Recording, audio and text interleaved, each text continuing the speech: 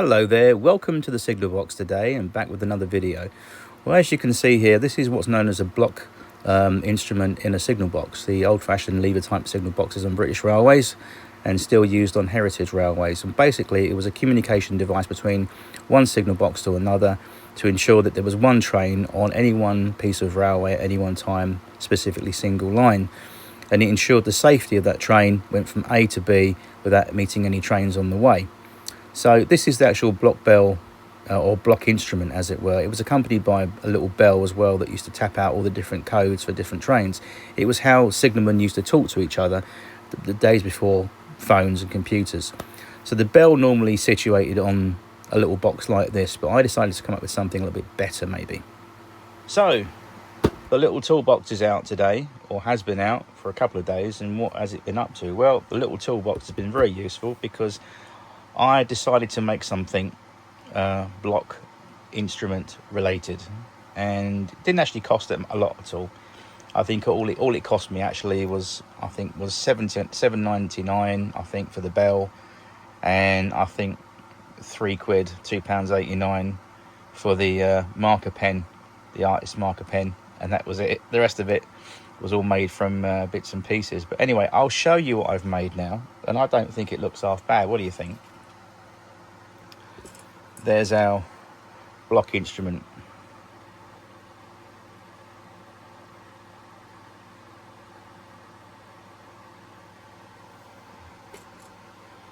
So there's my block instrument, or replica block instrument should I say. It's all made out of balsa wood. It's yet to be painted or wood stained like a mahogany colour, something a little bit darker than this maybe. But what I've done there, as you can see on the front, we've got a description: train on line, line clear, and then line blocked. So I just wanted to simulate what it looked like, or the impression of it, that it's a block bell instrument apparatus. In real life, you didn't have a bell normally on top of the actual block instrument as such. That was a separate little box, as you saw from those photographs there and those screenshots. They normally were next to each other, but you had it on a separate cabinet. Well, I thought, why don't we just put it on all together? It's meant to be a fictitious block bell instrument anyway, loosely based on a real life block instrument apparatus cabinet or box. So the reason why I built this, because I was really contemplating a better system than using an electric bell. On my previous videos, I had a 12-volt old bus bell that I had wired up, and I made a rocker switch for it and everything, and it was just falling to pieces in terms of the switch and everything. And I thought, let's do something a bit better. So I thought, where can I find a single stroke bell that isn't electric, doesn't require current or batteries? Where can I find a bell that you can simply work with a single tap? And I thought, I've got it. You idiot. Why didn't you think of that all along? Those front desk bells you get in hotels and concierge desks and customer service desks, one of those. So there it is. And that is my little brass bell on top there. It looks brass, doesn't it? It's like imitation rose gold colour, but it looks brass. It looks posh. It looks like it belongs in a signal box on the shelf just above the levers.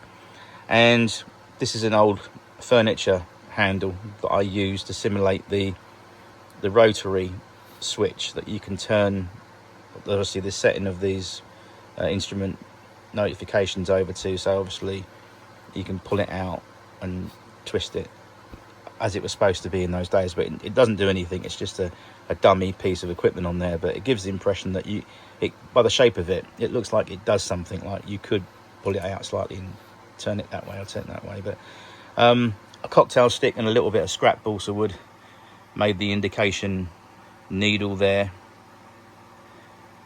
And like I said, it's all made out of balsa with the occasional lolly stick on the ends to make it a little bit of a decorative trim on the top there, which I think looks pretty good.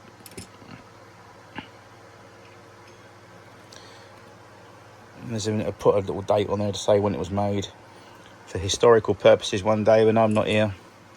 and my daughter goes through my stuff and think, what the bloody hell is this? Is it a bird feeder my dad made? No. It's a musical bird feeder. It's got a clock on the front as well. I wonder what that does. But yeah, so we can have a little bit of a play, like, and it sounds like a little block bell instrument, doesn't it? So for all you people out there on YouTube land that watch my videos and you've made the comment in the past, oh, I don't like the bells, oh, it's annoying, stop doing that, I don't like the bells. Well, now I'm going to annoy you. So there. I think it's pretty cool. I like that. It looks like it belongs in a signal box, doesn't it?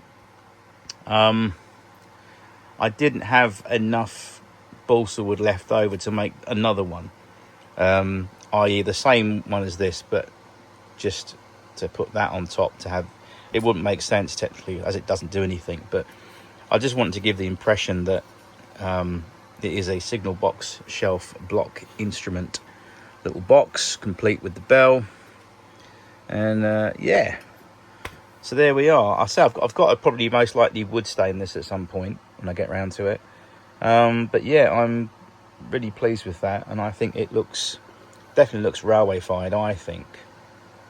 So that's what I quickly wanted to jump on YouTube and show you guys today what I've been doing. It took me about less than 2 days to make this. 1 day for making it and the other day for it to dry, and then today the little artist white pen came in the post, and I just basically one of these brilliant little pen, and it's a handy, get yourself one of these for our hobby, because there's always something with a very dark or a black background that you need to put some white designs, or you need to write something or label something up.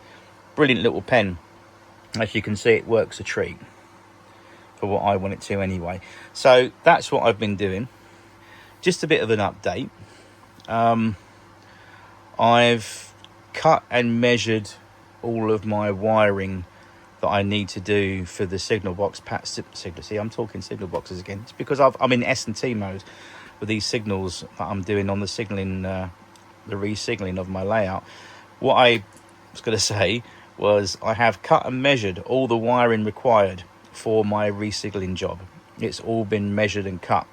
So all I've got to do now is basically, when I get my soldering iron, connect up all the wires to the control box that I made, the little control panel, and just connect those all up with the switches. I did say I've got to wait another 2.5 weeks or so to get a soldering iron. However, my financial backer has very kindly put the conkers across. So tomorrow, my new soldering iron is coming in the post, and we shall be up and running, and we should be able to get that wiring job finished over the weekend, most definitely. And then in the next video to come soon, we will have everything switched on and working, layout up and running, and we'll have the little brand new J15, the Great Eastern one in blue that I got recently. We'll have that going as well. So be patient and sit tight. And my sincerest apologies to you all out there for not running some trains for the last couple of weeks or so, but things have happened. I've had to do a lot of work on the layout in terms of installing the brand new signals. Then there's the wiring to sort out, and now I've got to solder up all the leads and wires that I've pre-cut and measured out rightly. So it all takes time coming together, but yeah, I thought I would share that. In the description box below this video, for your entertainment and for your educational benefit, I have included a lovely little British transport film from 1962. It's in colour. It's all about the re-signalling work of British Railways. There's some great footage of Barking signal box in East London being demolished, the old lever box, and replaced with the modern signal power box. It's all to do with signals and how signals work, and the line gangs, or the S&T as Signal and Telegraph Communication Department, or and Twigs as we used to call them. It's a wonderful little film. You might have seen it, you might have not. But if you haven't seen it, have a look at the description box below after this video, and get yourself a brew going and sit down and relax and watch it, because it is a really educational, very informative little film. And if you're not familiar with how track circuits and signalling equipment works, and if you need to have a look at that, go for it, because it is very, very helpful, and it gives you an insight about all the things I had to learn many years ago when I first started on the railways. I started out in a signal box, and I remember the boxes in my area having these block instruments like Brimsdown, Chinkford, Enfield Town, Seven Sisters, South Tottenham. Those were the most of the boxes that I've been up on. And I used to work up in Hackney Downs box, which was a modern 1960s power push button box without the levers. But we had bell equipment and block instruments up there as well, so it was all interesting and learning. But if you look at that video, it gives you an idea of all the things that I had to know about when I went up in the signal box. And it wasn't so much training courses that they put me on, it was just knowledge you just consumed in vast amounts as you went to work every day. It was like being fed educational sandwiches.